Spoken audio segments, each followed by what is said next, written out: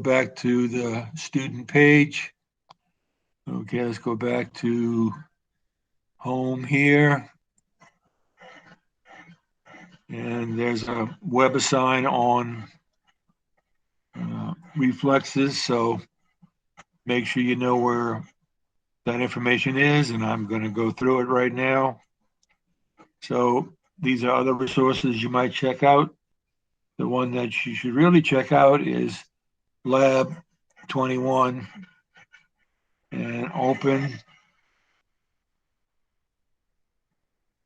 Can we see that? Anybody there? Yes. Okay, so sensory physiology. So there'll be questions taken from the background information that is shown in this lab. 2-point discrimination means that different parts of your body have different receptive fields. If you want to really get the fine detail of an object, you touch with your fingers. You don't touch with the back of your hand. You don't rub it on the back of your neck because the receptive fields are much more numerous and smaller in your fingers. Also on your lips. I'll let you guys figure out what that has to do with life. So, 2-point discrimination. You want to see how receptive feels. Receptive feels are the parts of a receptor that respond to uh, various stimuli and how discriminating they can be. Okay. So, nervous systems need information about the internal environment and the external environment. Excuse me. So, you're constantly monitoring everything. There's a new book out called Feeling and Knowing, all about what consciousness is.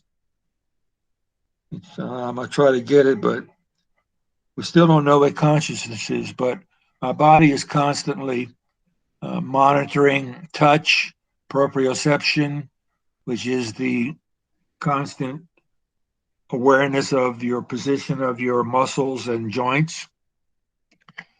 We are blessed with sight, hearing, smell, and so on.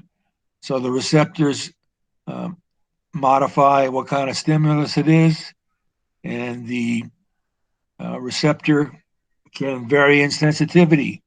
Obviously, some when you're sitting in a chair, you first feel the chair when you sit down, but adaptation means that after a few minutes, you don't feel them anymore.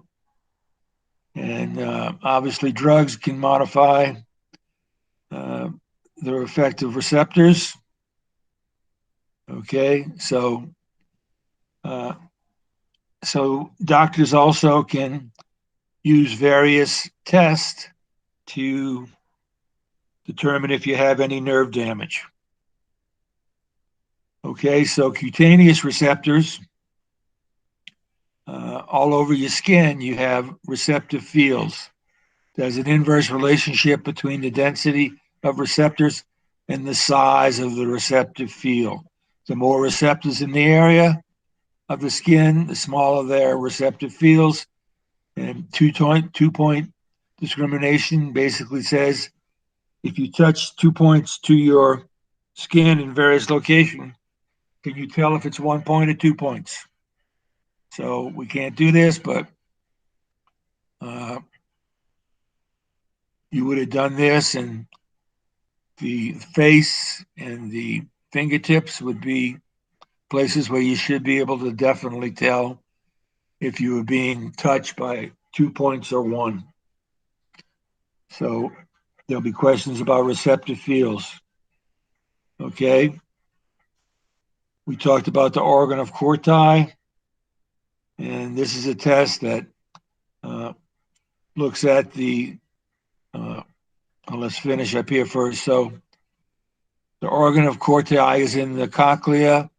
Information is picked up by the cochlea on the hair cells, and they respond to sound, and they're also sensitive to different pitches. You can have conductive hearing loss if any sounds can't be conducted from the external ear through the auditory ossicles, through the eardrum, and so on. Common causes are earwax, swimmer's ear, middle ear infection, fluid accumulation. So the functioning of your auditory sense is quite easy. Okay, you can also have sensory neural hearing loss when the cochlea is damaged. Okay, so let's move on to the Rhine and Weber tests.